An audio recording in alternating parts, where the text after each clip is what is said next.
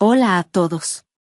Soy Samara, tengo 42 años, y el día que mi hermana tiró los sueños de mi hija a la basura, yo decidí tirar a mi familia de mi vida.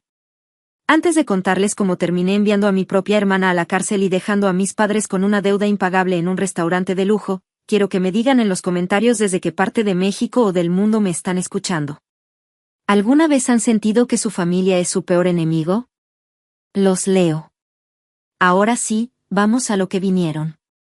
Todo comenzó hace unas semanas. Era el cumpleaños número 10 de mi hija, Xochitl. Si tienen hijos, saben que los 10 años son una edad mágica.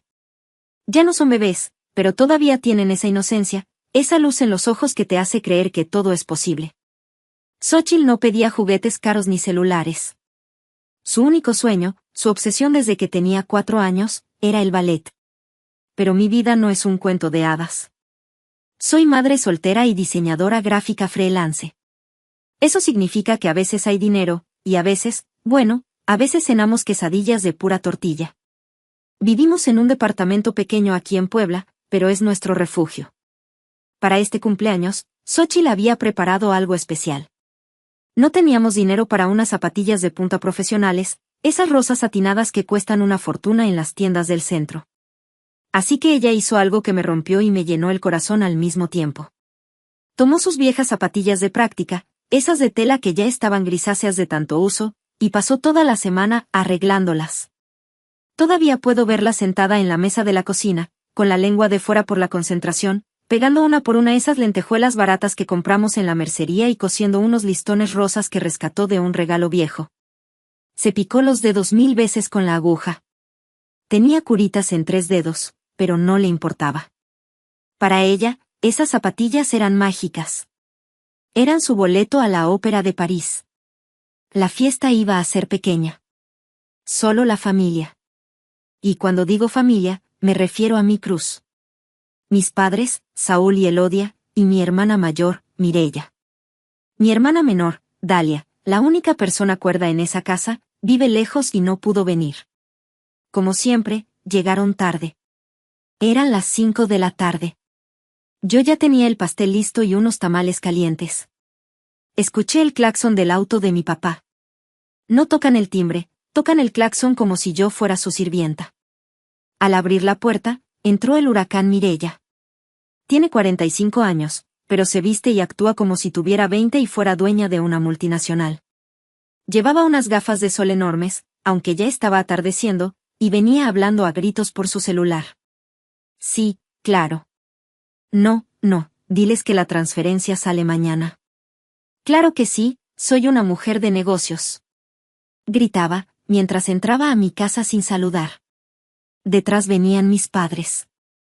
Mi mamá, Elodia, con esa mirada de escáner que tiene, revisando si mi casa estaba limpia, si había subido de peso, si mis muebles seguían siendo baratos. Ay, hija, dijo mi mamá al verme, hace un calor infernal aquí. ¿Todavía no pones aire acondicionado?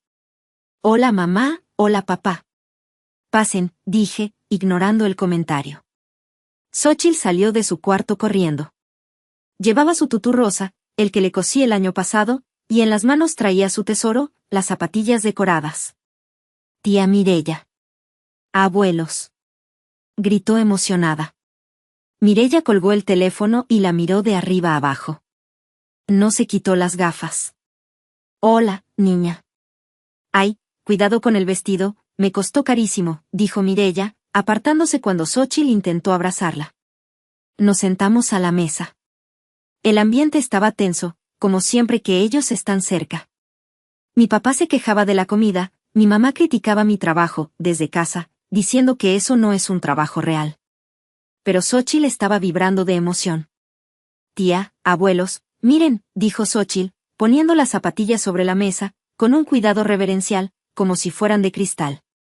Las hice yo misma. Voy a bailar para ustedes. Se hizo un silencio. Mireya dejó su vaso de refresco y miró las zapatillas. Se bajó las gafas hasta la punta de la nariz. Yo contuve la respiración. Sabía que Mireya podía ser cruel, pero rogaba, rezaba mentalmente, por favor, solo di que están bonitas. Solo por hoy. Es su cumpleaños. Mireya soltó una risa. Una risa seca, burlona, que resonó en las paredes de mi pequeño comedor. ¿Eso? Preguntó, señalando las zapatillas con una uña acrílica larguísima. ¿Esas garras viejas? Ay, por favor, Xóchitl. Parecen trapos de cocina con brillantina. La sonrisa de mi hija se congeló. Pero, las cosí yo, son para bailar, susurró mi niña. Bailar, Mireya resopló. Mi hija, bailar no es un trabajo. Bailar es para gente que no quiere hacer nada en la vida. Es de vagos. Además, mírate, no tienes cuerpo de bailarina. Mireya. Intervine, sintiendo que la sangre me subía a la cara. Basta. Ay, no seas delicada, Samara, dijo mi mamá, interviniendo inmediatamente para defender a su favorita.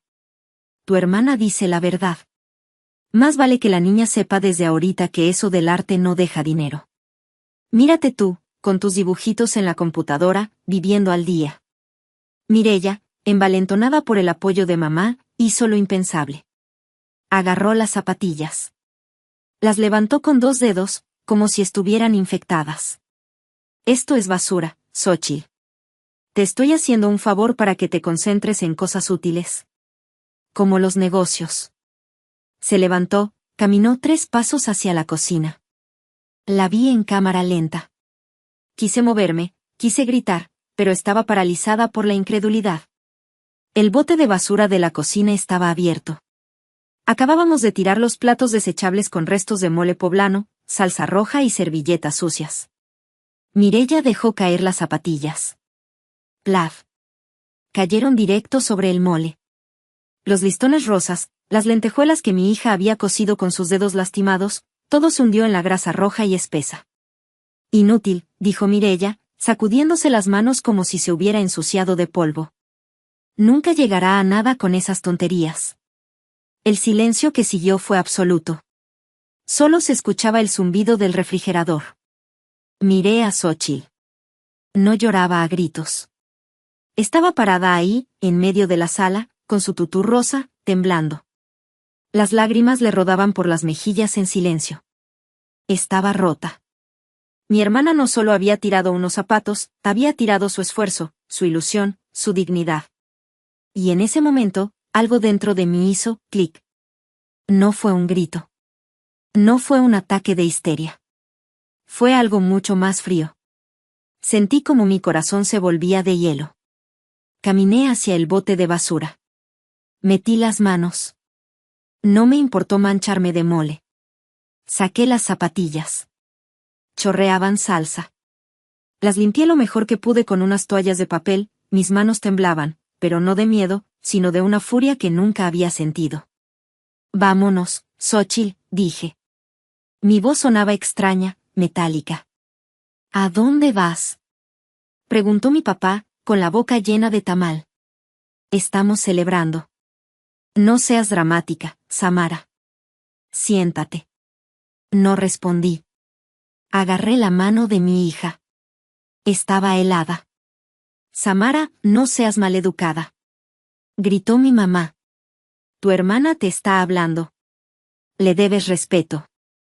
Abrí la puerta de la calle. Me giré solo un segundo. Los miré a los 3. A Mireya con su sonrisa de satisfacción, a mi madre indignada, a mi padre indiferente. Lárguense de mi casa, dije. ¿Qué dijiste? Preguntó mi madre, ofendida. Que se larguen. Y no olviden cerrar la puerta cuando salgan. Salí con Xóchitl. Nos subimos a mi viejo coche y manejé sin rumbo durante 1 hora, mientras ella lloraba abrazada a sus zapatillas sucias en el asiento del copiloto. Esa noche dormimos en un hotel barato, solo porque no soportaba la idea de volver a ese departamento donde todavía flotaba el veneno de mi familia. Lo que no sabía es que eso era solo el principio. El verdadero golpe venía al día siguiente. Esa noche en el hotel casi no dormí. Xóchitl se quedó dormida por agotamiento, todavía con el olor a mole en las manos a pesar de que se las lavé 3 veces. Yo me quedé mirando al techo, y como una película de terror, mi mente empezó a rebobinar toda mi vida. Dicen que cuando te das cuenta de que estás en una relación tóxica, de repente todos los recuerdos cobran sentido. Eso me pasó esa noche. Abrí la puerta de lo que yo llamo el Museo de las Cicatrices. Recordé cuando tenía 14 años. Yo amaba dibujar cómics. Tenía una libreta llena de historias, mis propios mundos. Un día, llegué de la escuela y encontré mis dibujos hechos pedazos en el patio. Mireya, que entonces tenía 17, los había usado para limpiar el vómito del perro. ¿Qué hizo mi mamá cuando lloré? Me dio una bofetada. No hagas escándalo, tu hermana no encontró periódico. Son solo papeles, Samara, madura. Recordé cuando Dalia, mi hermana menor, quiso poner una pastelería. Ella tiene un don para la repostería. Mireya, envidiosa porque Dalia era delgada y bonita, le dijo frente a todos en una cena de Navidad, ¿tú, pastelera? Pero si te vas a poner como una cerda probando tanta azúcar. Nadie confía en una cocinera gorda.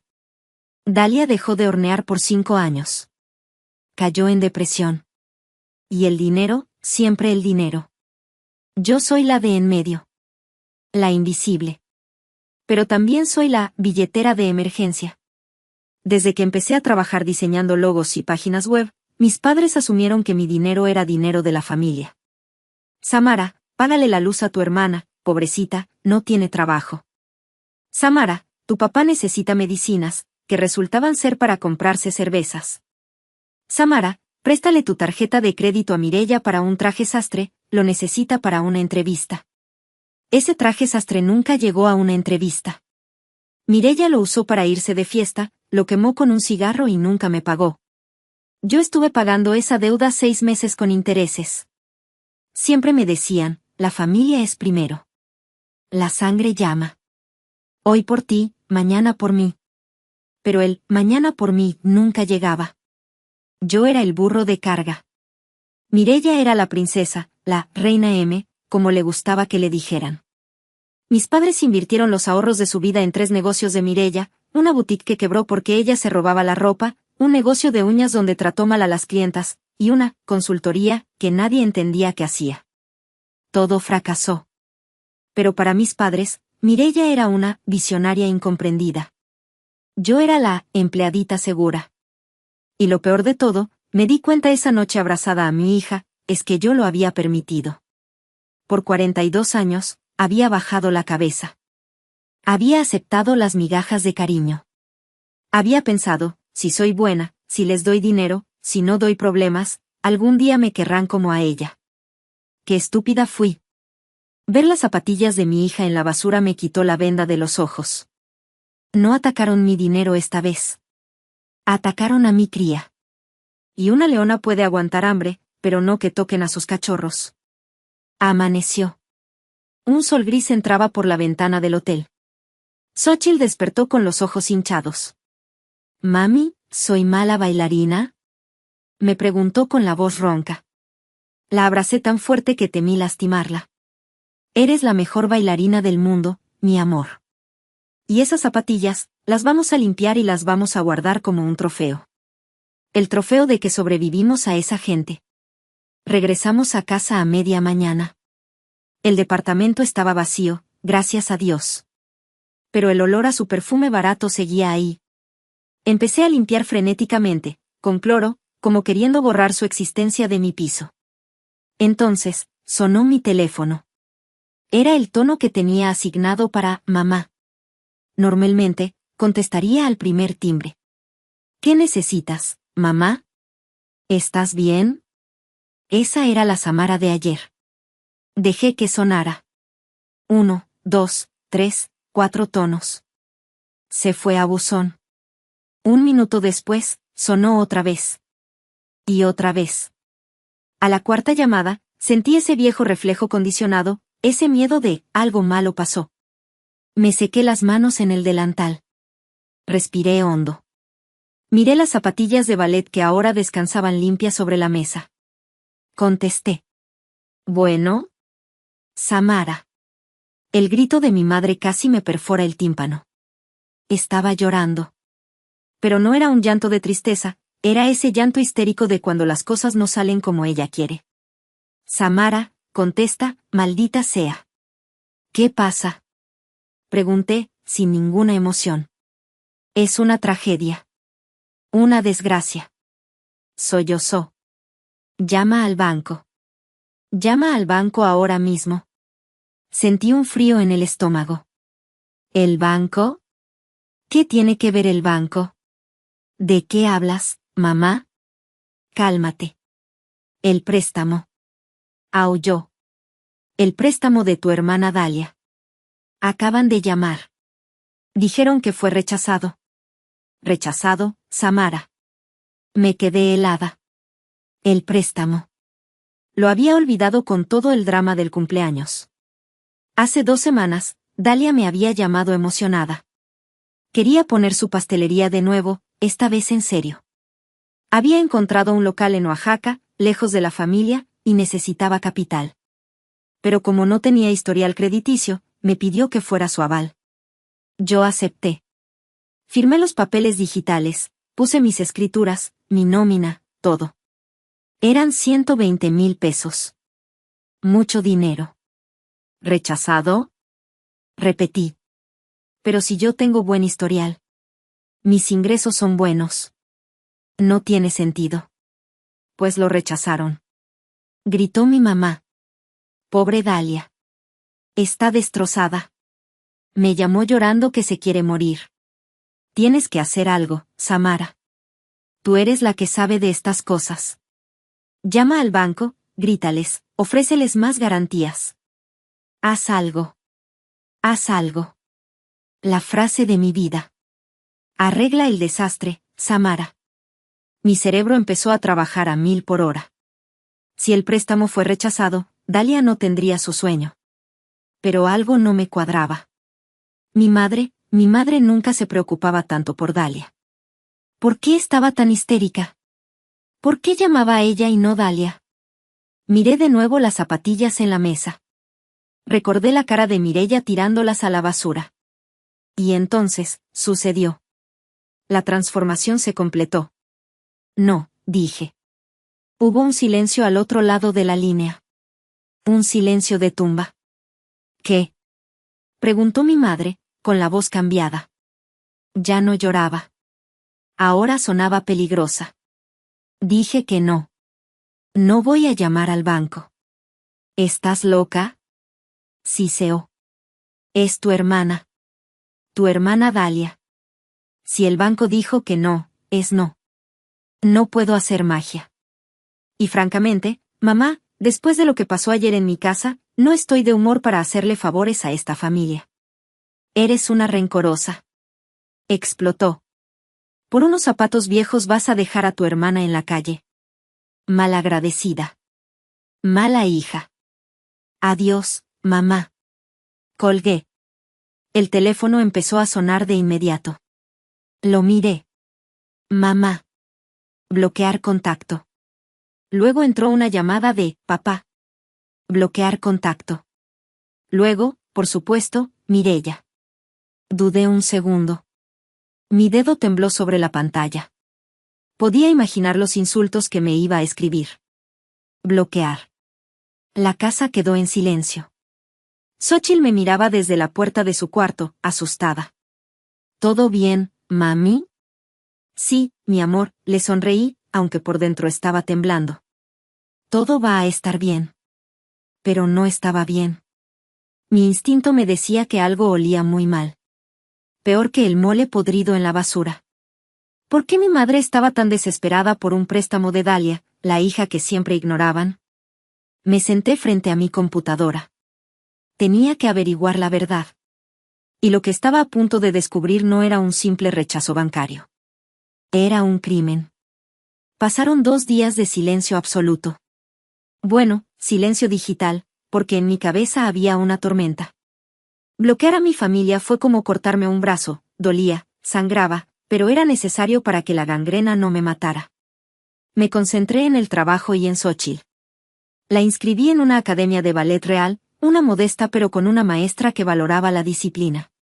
Ver su carita iluminarse cuando entró al salón con espejos valió cada peso que no tenía.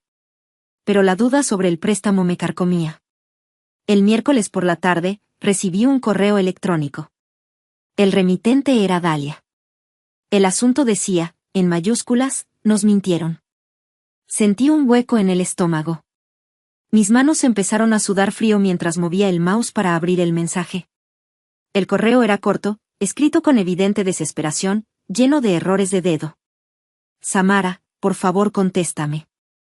Sé que estás enojada con mamá y con todos. Mamá me dijo que tú te habías negado a ayudarme y que habías cancelado el trámite.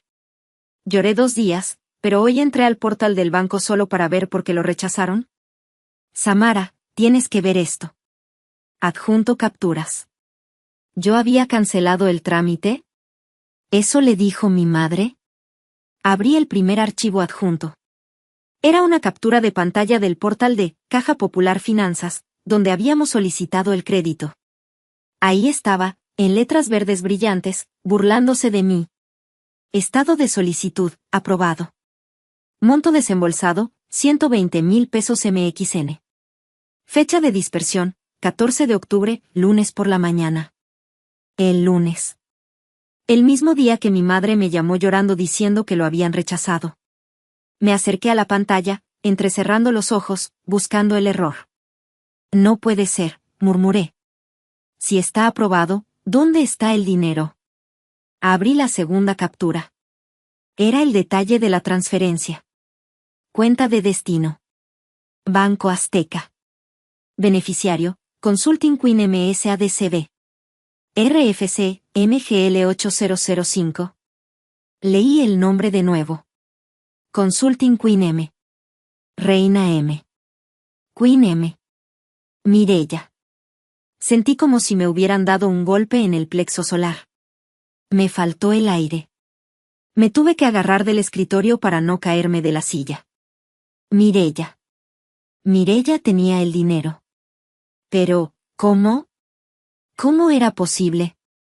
Para cambiar la cuenta de destino se necesita la firma electrónica, el token digital.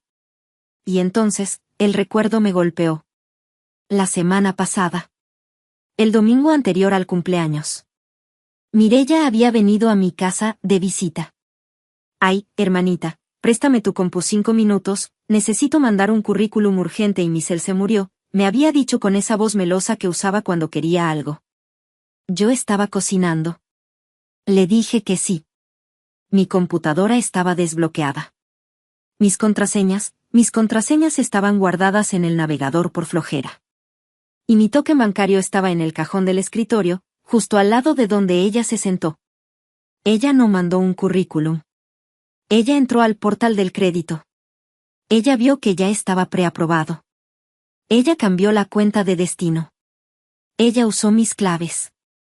Me llevé las manos a la cabeza. Soy una estúpida, me repetí. Pero había algo más. Algo que dolía más que el robo. La llamada de mamá. Llama al banco. Lo rechazaron. Haz algo. Mi cerebro empezó a conectar los puntos, y la imagen que se formó era monstruosa. Mi madre sabía. Claro que sabía. Por eso me llamó llorando el lunes. No estaba preocupada por Dalia. Estaba creando una cortina de humo. Si ella me convencía de que el préstamo fue rechazado, yo me enojaría con el banco, patalearía, pero al final me resignaría. Y Dalia también. Nadie buscaría el dinero si pensábamos que nunca existió. Mi madre me llamó para cubrir el robo de Mireya. Me usaron. Me robaron la identidad. Le robaron el futuro a Dalia.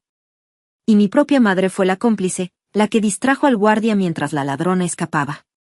Una furia caliente, volcánica, empezó a subir desde mis pies. Ya no era la frialdad del cumpleaños. Esto era odio. Puro y duro. Agarré el teléfono y marqué el número de Dalia. Contestó al primer tono. Samara. Su voz temblaba. Estaba llorando. Lo vi, Dalia. Lo vi todo. Samara, ese dinero, era para el horno, para la renta, sollozó.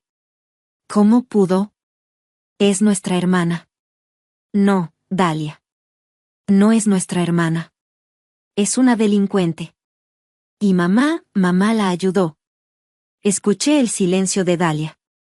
Ella también lo sospechaba. ¿Qué vamos a hacer?, preguntó Dalia. Yo no tengo dinero para abogados. Y si les reclamamos, van a decir que fue un error, o que nos lo van a pagar, cuando el negocio pegue. Ya sabes cómo son. Nunca nos van a devolver ni un peso. Tenía razón. Si las confrontaba ahora, Mireya se haría la víctima. Diría que fue un préstamo familiar, que yo le di permiso, aunque fuera mentira. Mi madre juraría por la Virgen de Guadalupe que yo dije que sí. Sería mi palabra contra la de ellas dos. Y mi papá, como siempre, se pondría del lado de la paz familiar. Necesitaba pruebas. Pruebas irrefutables. Pruebas que las destruyeran legalmente, no solo moralmente. Escúchame bien, Dalia, le dije, bajando la voz, aunque estaba sola. No digas nada. No las llames. No les escribas. Pero... prométemelo. Le ordené. Ellas creen que yo estoy bloqueada y haciendo berrinche. Creen que tú estás triste porque el banco te rechazó. Creen que ganaron. Vamos a dejar que lo crean un poco más. ¿Qué vas a hacer? Voy a recuperar tu dinero, Dalia. Y voy a hacer que se arrepientan de haber nacido. Pero necesito que confíes en mí. Necesito que me mandes todos los papeles del banco, tu identificación, todo. Ahora mismo. Dalia aceptó. Colgamos. Me quedé mirando la pantalla negra de mi celular. Inútil. Eso me dijo Mireya. Nunca logrará nada. Bueno, hermanita. Vamos a ver quién es la inútil cuando termine contigo. Me levanté y fui a mi armario. Saqué una caja vieja donde guardaba contactos de mi época de la universidad. Busqué una tarjeta. Licenciado Gavino Mendieta. Especialista en delitos financieros y fraudes. Gavino fue mi compañero. Un tipo serio, de esos que no sonríen, pero que son tiburones en los tribunales. Marqué su número. Bueno. Gavino, soy Samara. Necesito verte. Es urgente. Se trata de un fraude bancario y robo de identidad. Claro, Samara. ¿Quién es el demandado?, preguntó con su voz profesional. Respiré hondo. La palabra sabía a ceniza en mi boca, pero la dije. Mi hermana. Y mi madre. Me reuní con Gavino esa misma tarde en un café discreto del centro. Le mostré todo, las capturas de pantalla, los estados de cuenta, el rastro digital que llevaba a la empresa fantasma de Mireya. Gavino revisó los papeles ajustándose los lentes. Su rostro era una máscara de piedra. Es un caso sólido, Samara, dijo finalmente, dando un sorbo a su café negro. Robo de identidad, fraude, abuso de confianza. Y al ser un crédito bancario federal, la cosa se pone fea. Cárcel preventiva oficiosa, probablemente. La palabra, cárcel, flotó en el aire entre nosotros. Imaginé a mi hermana, con sus uñas perfectas y sus trajes de marca, tras las rejas. Sentí una punzada de culpa. Era mi sangre. Pero luego recordé las zapatillas en la basura. Recordé a Dalia llorando. Recordé los 42 años de humillaciones. ¿Qué necesitamos para asegurar la condena?, pregunté. Tenemos la evidencia del dinero, explicó Gavino, pero tu hermana va a alegar que tú le diste permiso verbal. Va a decir que fue un acuerdo entre particulares. Y si tu madre testifica a su favor, se complica. Necesitamos que confiesen. Necesitamos una prueba de que actuaron con dolo, sabiendo que estaban robando. ¿Cómo consigo eso? Gavino sonrió levemente. Una sonrisa de tiburón. El ego, Samara. Los criminales estúpidos siempre caen por el ego. Y por lo que me cuentas, a tu hermana le sobra. Necesitamos saber qué hizo con el dinero. Salí de la reunión con una misión. Me convertí en una investigadora privada de mi propia familia. Creé una cuenta falsa de Instagram. Luxury Life Puebla, le puse. Seguí a Mireya. Ella tiene su perfil público porque se cree influencer. Y ahí estaba. El santo grial de la estupidez. Hace 3 horas, Mireya había subido una historia. En la foto, Se veían sus piernas bronceadas sobre un camastro blanco, frente a una piscina azul turquesa que se fundía con el mar Caribe. En una mano sostenía una copa de champaña. En la muñeca, brillaba un reloj dorado nuevo. La ubicación, Gran Velas Riviera Maya. Uno de los hoteles más caros de México. La noche cuesta más de lo que yo gano en 2 meses. El texto sobre la foto decía: invertir en una misma es el mejor negocio. ¡Voz Babe mente millonaria ¡Relax Cancún! Invertir en una misma. Estaba gastándose el dinero del horno de Dalia en mojitos y masajes. Estaba quemando el futuro de mi hermana bajo el sol del Caribe. Hice captura de pantalla. Se la mandé a Gavino. Excelente, respondió él. Guarda todo. Pero aún necesitamos atar a tu madre. Necesitamos la confirmación de que ella sabía que era un robo. Era hora de la segunda parte del plan. La más difícil. Tenía que hablar con mi madre. Tenía que desbloquearla y volver a ser la hija sumisa y tonta que ella creía que yo era. Tenía que tenderle una trampa. Esperé hasta la noche. Me encerré en mi cuarto.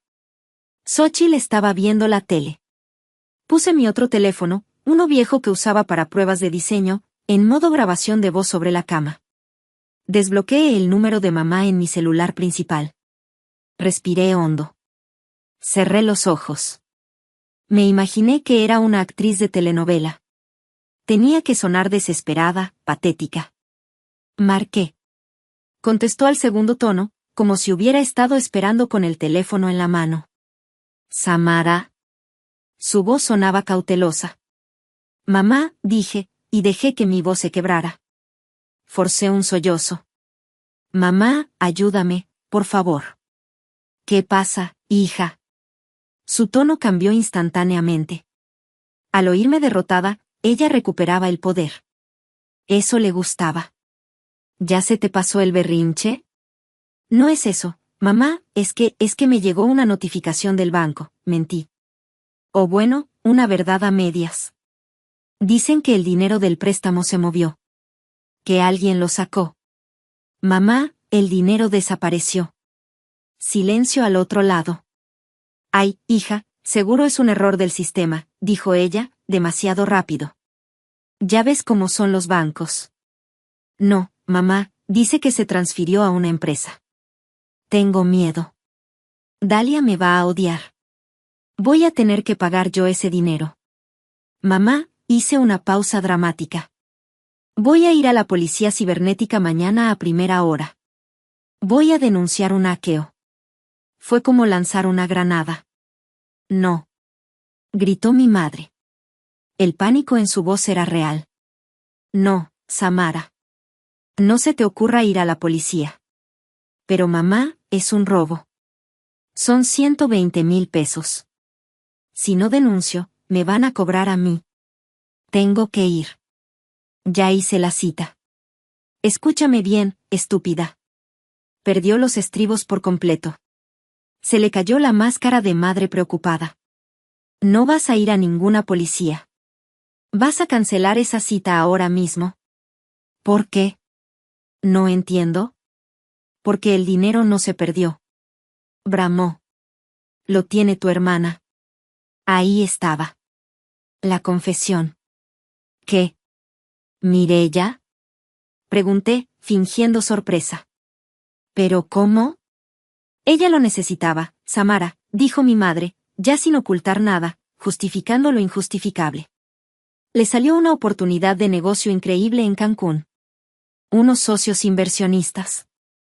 Necesitaba capital para impresionarlos, para pagar el viaje, el hotel, ya sabes, para verse exitosa. Imagen es poder, hija. Pero mamá, ese dinero era de Dalia. Era para su pastelería. Ay, por favor. Bufó con desdén. Dalia puede esperar. Sus pastelitos no van a ningún lado. Pero Mireya. Mireya tiene visión. Esto nos va a sacar de pobres a todos. Es una inversión, Samara. Cuando cierre el trato, va a devolver el dinero y hasta le va a dar una propina a Dalia. Pero usó mi firma, eso es ilegal. Es familia, Samara. Entre familia no hay ilegalidades. Lo tomó prestado. Tú eres su hermana, tenías la obligación de apoyarla. Pero como eres un egoísta que solo piensa en sus dibujitos, tuvo que hacerlo así. Sentí náuseas. Mi propia madre me estaba diciendo que yo tenía la obligación de dejarme robar. Entonces, ¿tú sabías? Pregunté, para que quedara grabado claro y fuerte. Claro que sabía. Yo le dije que lo hiciera. Alguien tiene que ver por el futuro de esta familia, ya que tú no sirves para nada. Así que cállate la boca, no hagas olas y espera a que tu hermana regrese triunfante. Y ni una palabra a Dalia, ¿me oíste? No la alteres por gusto. Está bien, mamá, dije, con una calma que me sorprendió. No iré a la policía. Gracias por decirme la verdad. Más te vale. Y desbloquéame de WhatsApp, que necesito mandarte unas fotos de unas cortinas que quiero. Colgué. Detuve la grabación en el otro teléfono. Yo le dije que lo hiciera. Tú no sirves para nada. Me quedé mirando el teléfono. Las lágrimas me rodaban por la cara, pero no eran de tristeza. Eran de liberación. Ya no tenía madre. Esa mujer que acababa de hablar no era mi madre. Era la cómplice de mi verdugo. Le envié el audio a Gavino. 1 minuto después, llegó su respuesta. Tenemos todo. Jaque mate. ¿Cuándo regresa Mireya? Revisé las historias de Instagram de nuevo. Mireya había puesto, última noche en el paraíso. Mañana de vuelta a la realidad a seguir facturando. Mañana, murmuré. Era hora de preparar la bienvenida. El viernes por la mañana, puse en marcha la trampa. Tenía que ser perfecto. Tenía que reunirlos a todos en un lugar donde no pudieran escapar, donde su vergüenza fuera pública. Creé un nuevo grupo de WhatsApp, Familia Unida. Agregué a mamá, a papá, a Mireya, que ya había aterrizado, y a la tía Casilda. La tía Casilda es importante. Es la hermana de mi papá, y es la chismosa más grande de Puebla. Si le cuentas algo a las 9 de la mañana, para las 9:15 ya lo sabe hasta el cura de la parroquia. Ella siempre ha envidiado a mi mamá y adora ver el mundo arder, aunque finge ser muy piadosa. Escribí el mensaje, cuidando cada palabra. Hola familia. He estado pensando mucho estos días. Mamá, tenías razón. Fui muy egoísta. Entiendo que Mireya necesitaba ese empujón para sus negocios y que somos un equipo. Quiero pedirles perdón. Esperé. Los, escribiendo, aparecieron casi de inmediato. Al fin te cayó el 20, hija, escribió mi papá. Sabía que Dios tocaría tu corazón, puso mi mamá. Así me gusta, hermanita. Sin rencores. Te prometo que te voy a comprar un coche cuando me haga rica, escribió Mireya. Mordí mi labio para no gritar de la rabia. Te voy a comprar un coche. Con mi propio dinero, seguro. Continué escribiendo. Para demostrarles que hablo en serio y para celebrar el éxito del viaje de Mireya, quiero invitarlos a cenar mañana sábado. Yo pago. Quiero que vayamos a El Mural de los Poblanos. Reservé el salón privado, pero quiero comer en el patio principal para que todos vean lo elegante que está Mireya. El Mural de los Poblanos es uno de los mejores restaurantes de la ciudad. Caro, elegante, lleno de políticos y gente de sociedad. El lugar perfecto para el ego de Mireya. Me encanta, respondió Mireya. Ese lugar sí está a mi nivel. Lleven ropa bonita, por favor, no quiero que me avergüencen. Ahí estaremos, hija. Qué buen gesto, cerró mi mamá. La trampa estaba puesta. El sábado me pasé el día preparándome. No me vestí como la Samara inútil de siempre. Me puse un vestido negro que tenía guardado, elegante, sobrio. Me maquillé para ocultar las ojeras. Me alacié el cabello. Parecía una viuda a punto de enterrar a su marido, o una jueza a punto de dictar sentencia. Gavino y yo repasamos el plan una última vez. Nosotros llegaremos a las 9:30, dijo Gavino. Dales tiempo de pedir, de comer, de relajarse. Que se sientan seguros. Entendido. Samara, ¿estás segura de esto? Me preguntó. Una vez que entremos, no hay vuelta atrás. Tu familia no te lo va a perdonar nunca. Ellos no me perdonaron nunca por nacer, Gavino, le respondí. Esto no es venganza. Es justicia. Llegué al restaurante a las 8:45. Ellos ya estaban ahí. Por supuesto, cuando es gratis, llegan temprano. Estaban en una mesa central del patio, bajo las luces ámbar y las enredaderas. Mireya brillaba. Literalmente. Llevaba un vestido dorado de lentejuelas que gritaba, mírenme, y su bronceado de Cancún contrastaba con el blanco de los manteles. Mis padres estaban bebiendo vino. La tía Casilda estaba devorando unas chalupas como si no hubiera un mañana. Me acerqué. El corazón me latía en la garganta, pero mis manos estaban firmes. Llegó la hija pródiga. Gritó mi papá, alzando su copa.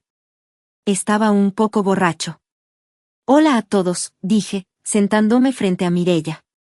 ¿Te ves bien?, dijo Mireya, mirándome con condescendencia. Ese vestido te hace ver menos gorda. Oye, pedí el mole de la casa y una botella de mezcal del Caro.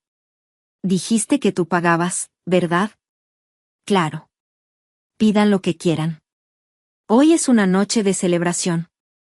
La cena transcurrió entre risas falsas. Tuve que soportar una hora de Mireya presumiendo su viaje. No tienen idea, decía, moviendo las manos para que brillaran sus anillos. El hotel era espectacular. Y los socios, uff. Hombres de mundo. Les encantó mi propuesta.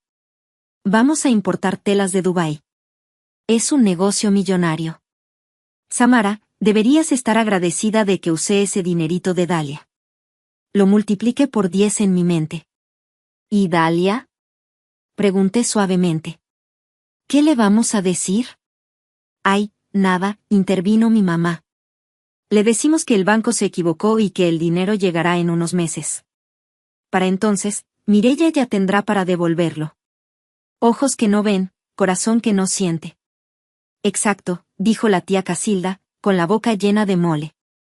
Lo importante es que el dinero se quedó en la familia. Dalia es muy joven, puede esperar. Miré a mi alrededor. La gente comía, reía, disfrutaba. Nadie sabía que en esta mesa se estaba celebrando un crimen. Nadie sabía que esa mujer de dorado era una ladrona que le había robado a su propia hermana. Miré mi reloj. 9:28. Tengo un regalo para ti, Mireya, dije, metiendo la mano en mi bolso grande que había dejado en el suelo. ¿Regalo? Sus ojos brillaron de codicia. Ay, Samara, no tenías que molestarte. ¿Es joyería? Saqué una caja de zapatos. No era una caja nueva. Era una caja vieja, de cartón maltratado. Mireya frunció el ceño. ¿Qué es esto? Ábrelo. Es algo que simboliza quién eres realmente. Mireya miró a mamá, confundida, y luego abrió la tapa. Dentro estaban las zapatillas de ballet de Xóchitl. Todavía tenían las manchas secas de mole rojo. Olían rancio. Los listones rosas estaban tiesos por la grasa. Se veían tristes, sucias, arruinadas. El silencio cayó sobre la mesa como una losa de plomo. ¿Qué broma es esta?, preguntó Mireya, apartando la caja con asco. ¿Por qué me traes esta basura sucia? Porque tú dijiste que eran basura, respondí, alzando la voz lo suficiente para que la mesa de al lado volteara. Tú las tiraste a la basura el día del cumpleaños de mi hija. Dijiste que eran inútiles. Que ella era una inútil. Ay, por Dios, Samara, supéralo. Gritó mi madre. Estás arruinando la cena. No, mamá. Estoy empezando la cena. Me puse de pie. Mireya, esas zapatillas representan los sueños que tú destruyes porque te sientes vacía. Tiraste las zapatillas de mi hija. Y luego, robaste el préstamo de Dalia. Cállate. Siseó Mireya, mirando a los lados. Baja la voz. Robaste 120,000 pesos. Falsificaste mi firma. Suplantaste mi identidad. Y te lo gastaste en Cancún. Fue un préstamo. Gritó ella. Tú me diste permiso. Mamá es testigo. ¿Verdad, mamá? Sí. Saltó mi madre. Ella le dio permiso. Es una mentirosa. En ese momento, vi a Gavino entrar por la puerta principal. Detrás de él venían dos hombres con chamarras oscuras que decían, PDI, Policía de Investigación, en la espalda. Y dos uniformados de la Policía Estatal. El restaurante se quedó en silencio. Los meseros se detuvieron. Caminaron directo a nuestra mesa. Buenas noches, dijo Gavino, con su voz de ultratumba.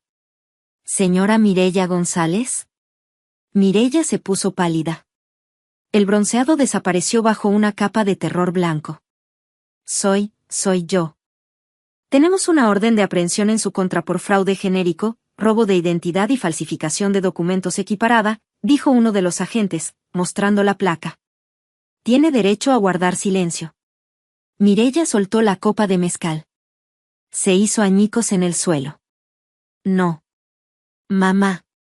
Gritó Mireya, agarrándose del brazo de mi madre como una niña chiquita. Mamá, diles. Diles que Samara me dio permiso.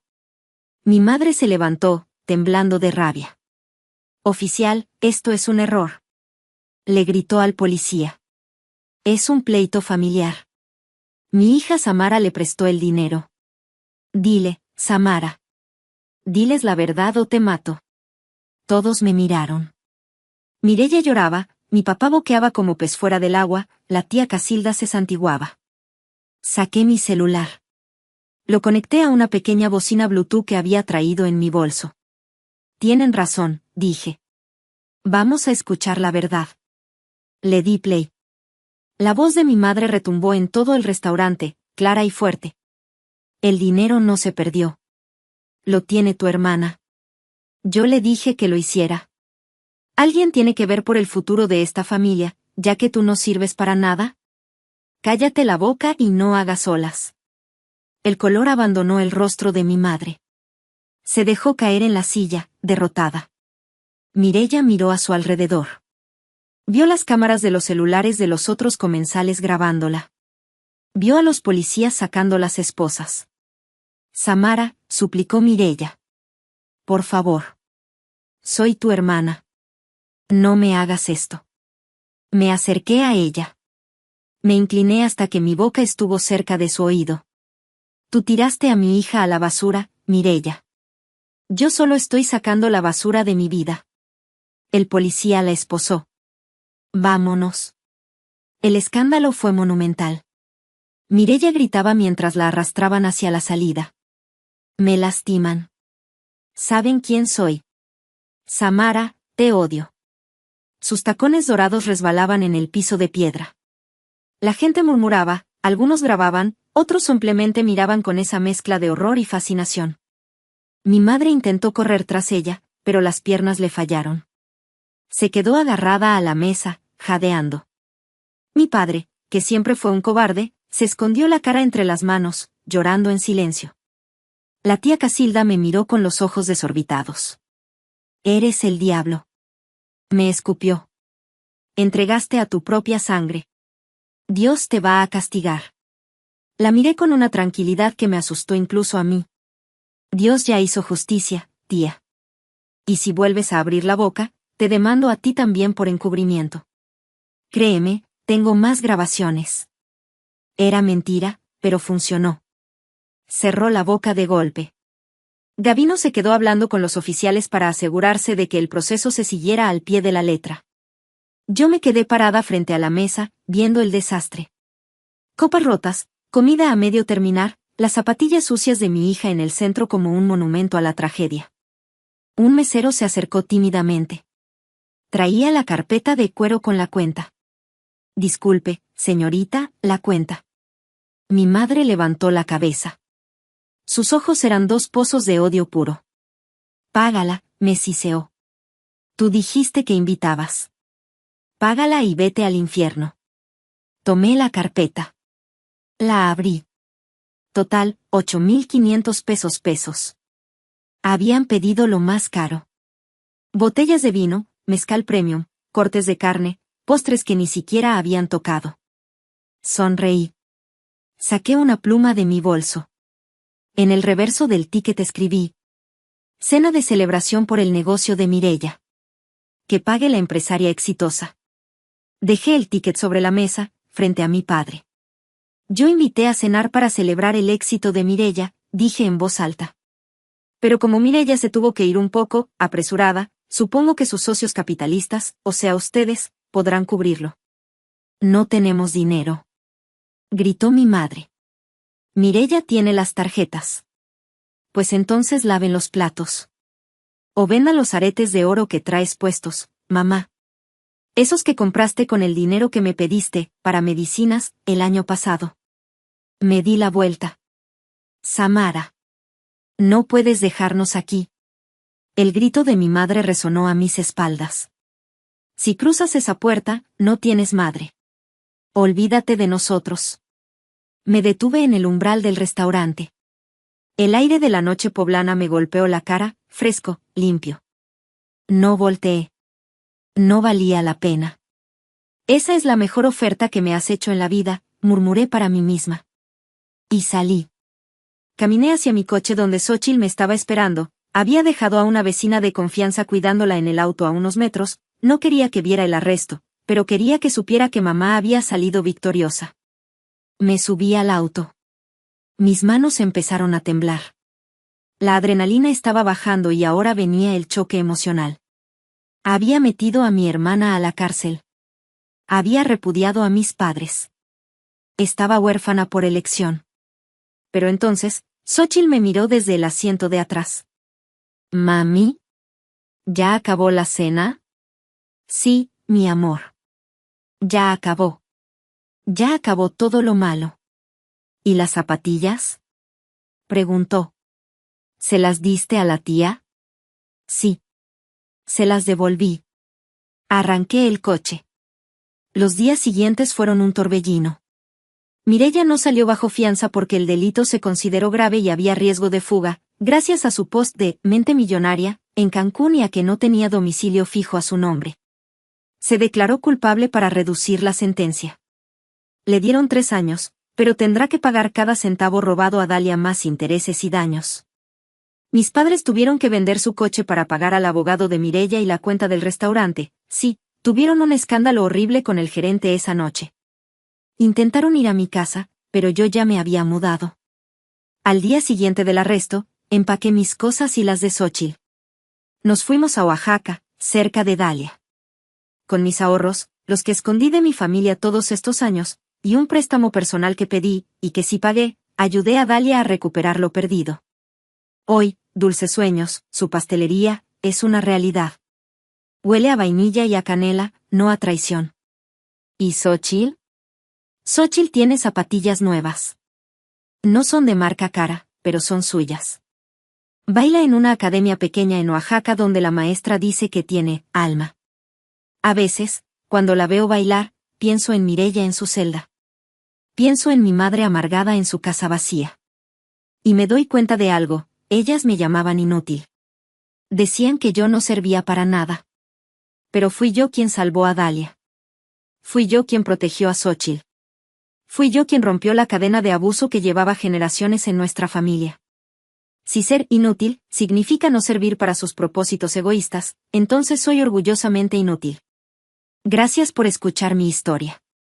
Si tienes una familia tóxica, si sientes que te usan, que te humillan, no esperes a que tiren los zapatos de tu hija a la basura. Sal de ahí. Oye. Córtalos de raíz. Duele, sí. Pero la libertad huele mejor que cualquier perfume caro. Soy Samara, y por fin, soy libre.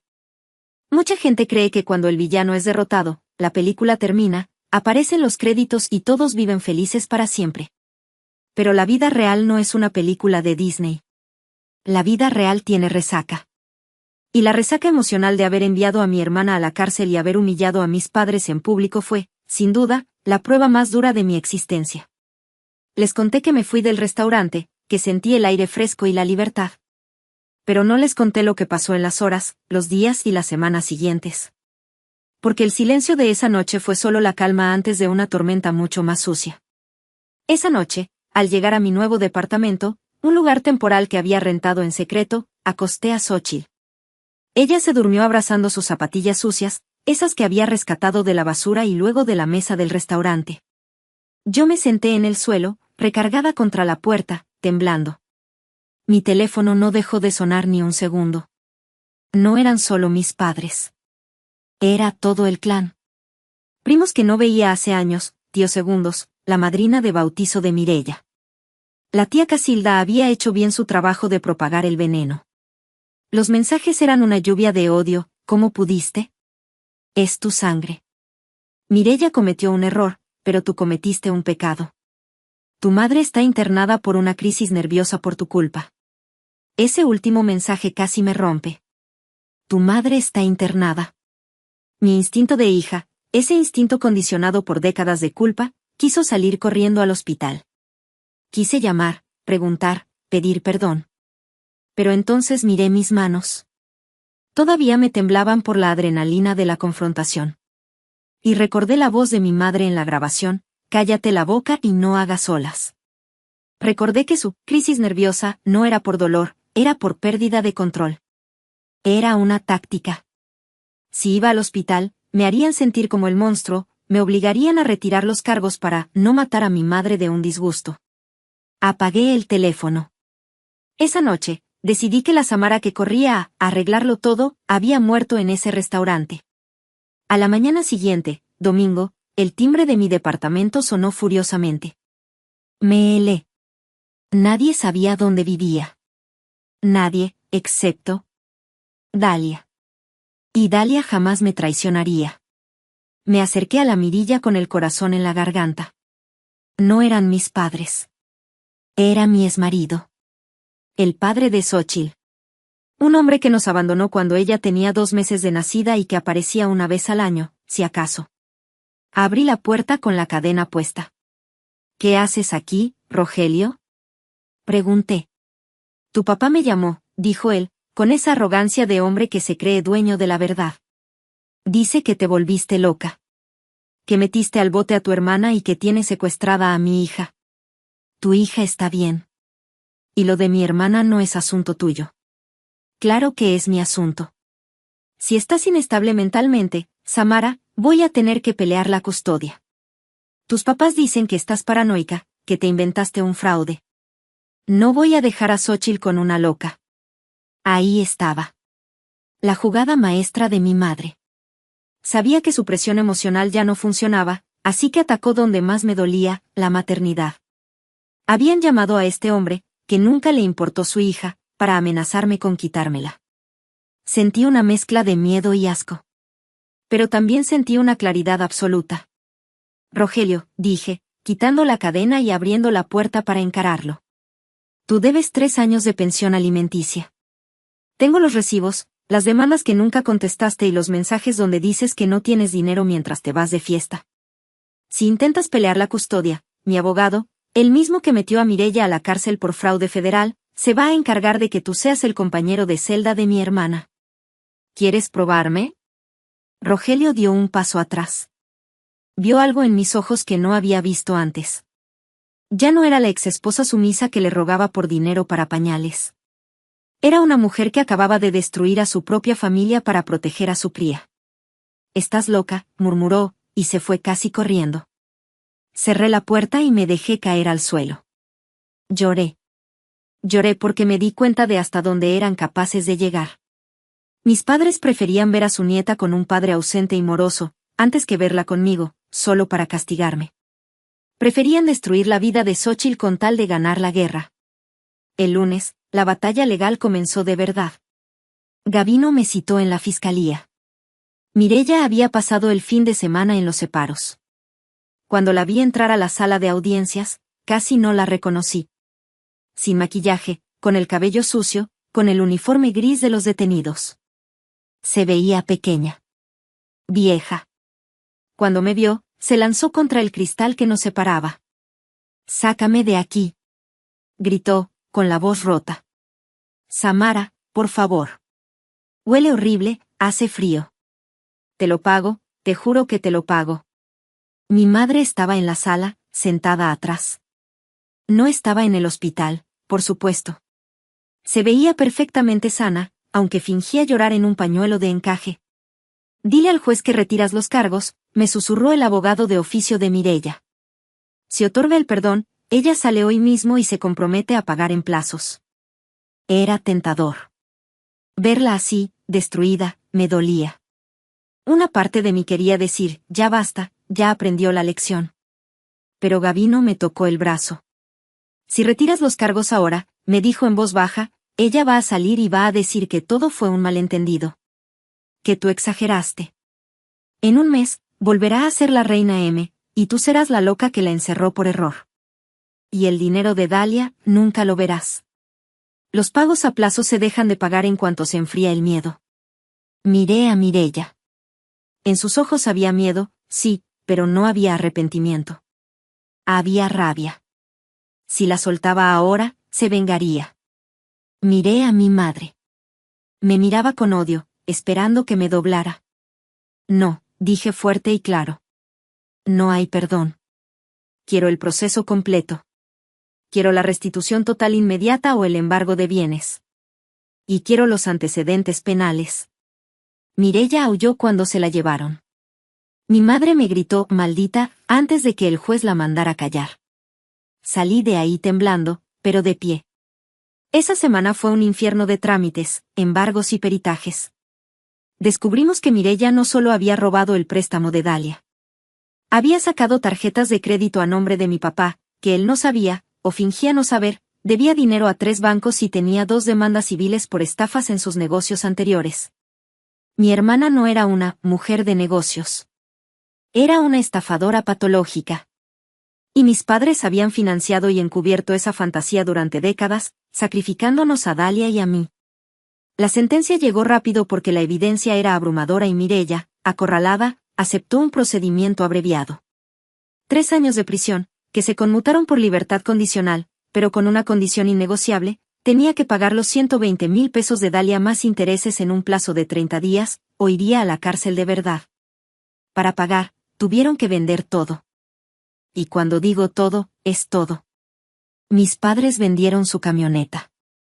Mireia tuvo que vender su colección de bolsas, su ropa, sus joyas, su computadora. Tuvieron que pedir préstamos a esos familiares que me insultaban por mensaje. Fue humillante para ellos. La familia perfecta estaba en la ruina y pidiendo caridad. El día que Gavino me entregó el cheque de caja certificado por el total del dinero, sentí un peso salir de mi pecho. No era alegría. Era alivio. Pero Puebla se sentía asfixiante. Cada calle me recordaba a ellos. Tenía miedo de encontrármelos en el supermercado. Xóchitl tenía miedo de que su abuela apareciera en la escuela. Vivíamos mirando por encima del hombro. Un martes por la noche, llamé a Dalia. Ya tengo el dinero, le dije. Es todo tuyo. Gracias, Samara, no sé cómo pagarte esto. No tienes que pagarme nada. Pero tengo una propuesta. ¿Cuál? Puebla me duele, Dalia. Me duele respirar este aire. Xóchitl y yo necesitamos empezar de cero. ¿Hay espacio en Oaxaca para una diseñadora y una pequeña bailarina? Dalia se rió, y fue la primera vez que la escuché reír de verdad en años. Hermanita, ya te tardaste. Aquí las estamos esperando. Hacer las maletas fue el acto más terapéutico de mi vida. No empaqué todo. Dejé atrás los muebles viejos que me recordaban a mi vida de escasez. Dejé atrás la ropa que usaba para no llamar la atención. Tiré a la basura los cuadros que mi madre me había regalado y que siempre odié pero colgaba por compromiso. Solo nos llevamos lo esencial, nuestra ropa, mi computadora, los juguetes de Xóchitl y, por supuesto, la caja con las zapatillas de ballet. Aunque ya estaban limpias, las manchas de grasa nunca se quitaron por completo. Quedaron ahí como cicatrices de guerra, recordatorios de por qué nos íbamos. El viaje a Oaxaca fue largo, pero a medida que nos alejábamos de Puebla, el cielo parecía más azul. Xóchitl iba cantando en el asiento trasero. Hacía años que no la veía tan despreocupada. Llegar a Oaxaca es como entrar en otro mundo. Los colores, los olores a chocolate y chiles tostados, la luz dorada que baña los edificios de piedra verde. Dalia nos recibió en la estación de autobuses. Se veía diferente. Había cortado su cabello, usaba ropa de colores vivos y, lo más importante, caminaba con la cabeza en alto. Nos abrazamos. Un abrazo de tres, Dalia, Xóchitl y yo. Un abrazo que sellaba nuestro pacto de supervivencia. Bienvenidas a casa, nos dijo. Con el dinero recuperado, Dalia pudo por fin rentar el local que quería. No era grande, pero estaba en una calle empedrada preciosa, cerca de Santo Domingo. Los siguientes meses fueron de trabajo duro, pero de ese trabajo que te llena el alma, no el que te la vacía. Yo me encargué de pintar el local, de diseñar el logotipo, el menú, toda la imagen de Dulces Sueños. Xóchitl ayudaba a decorar las galletas y a atender a los clientes con una sonrisa que iluminaba el lugar. Por primera vez, mi trabajo era valorado. Dalia me consultaba todo. Samara, ¿qué opinas de este color? Samara, ¿crees que este nombre está bien? Nadie me decía inútil. Nadie me decía que mis dibujos eran tonterías. El día de la inauguración fue mágico. No hubo invitados de alta sociedad, ni discursos pretenciosos. Hubo vecinos, turistas curiosos y amigos nuevos que habíamos hecho en el barrio. El horno, ese horno por el que tanto habíamos luchado, trabajaba a todo vapor, llenando la calle de olor a pan recién horneado. Y en medio de todo ese ajetreo, llegó el momento que yo más temía y anhelaba. Había inscrito a Xóchitl en una escuela de danza contemporánea y ballet folclórico. La maestra, una mujer zapoteca fuerte y sabia, no se fijó en si Xóchitl tenía el cuerpo perfecto o las zapatillas más caras. Se fijó en su pasión. El recital de fin de curso fue 6 meses después de nuestra llegada. El teatro estaba lleno. Yo estaba sentada en primera fila con Dalia. Cuando se abrió el telón, mi corazón dejó de latir. Ahí estaba Xóchitl. Llevaba un traje tradicional estilizado, con una falda amplia que se movía como las olas del mar. No llevaba las zapatillas manchadas. Llevaba unas zapatillas nuevas, fuertes, que Dalia le había regalado con las primeras ganancias de la pastelería. La música empezó. Y mi hija bailó. No bailó con miedo. No bailó para complacer a una tía cruel o a una abuela exigente. Bailó con fuego. Zapateó con fuerza, giró con gracia, sonrió con una libertad salvaje. Era una niña feliz. Era una artista. Lloré. Claro que lloré. Pero no eran esas lágrimas amargas que derramé en el baño de mi antiguo departamento. Eran lágrimas de sanación. Al final del baile, Xóchitl buscó mi cara entre el público. Me vio, sonrió y me lanzó un beso. En ese gesto, supe que habíamos ganado. Mireya y mis padres se quedaron atrás, atrapados en su propia red de mentiras y apariencias, en una casa que probablemente se siente más vacía y fría cada día. Se quedaron con su orgullo, pero sin sus hijas. Se quedaron con su imagen, pero sin amor. Nosotras no tenemos grandes lujos. Vivimos en una casa sencilla con un patio lleno de macetas. Trabajamos duro todos los días. Pero cuando nos sentamos a comer, nadie critica la comida. Nadie insulta a nadie. Nadie roba a nadie. Hay paz. Y esa paz, amigos míos, vale más que todos los millones que Mireya soñaba con tener. Aprendí que la familia no es la sangre. La sangre es solo biología. La familia es lealtad. La familia es quien te ayuda a limpiar tus alas cuando alguien más te las ha ensuciado de lodo. La familia es quien aplaude en primera fila cuando te atreves a bailar. Soy Samara. Fui la hija inútil, la hermana invisible, la oveja negra. Pero hoy soy la dueña de mi historia. Y mi historia, por fin, tiene un final feliz. Amigos, gracias por acompañarme en este viaje tan doloroso pero necesario. Si llegaron hasta aquí, quiero que se lleven algo más que el chisme o el drama. Quiero que se lleven una verdad incómoda: romantizar la familia puede ser nuestra propia tumba.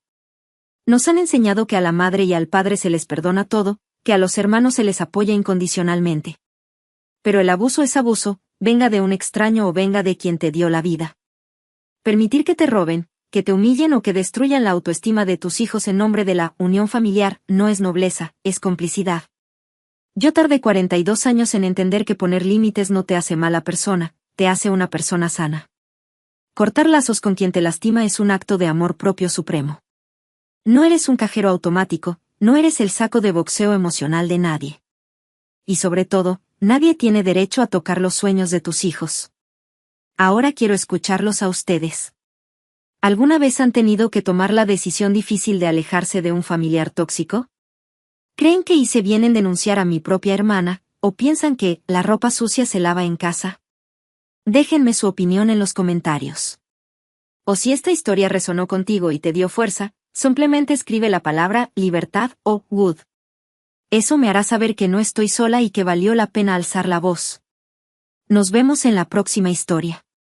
Cuiden y protejan su paz.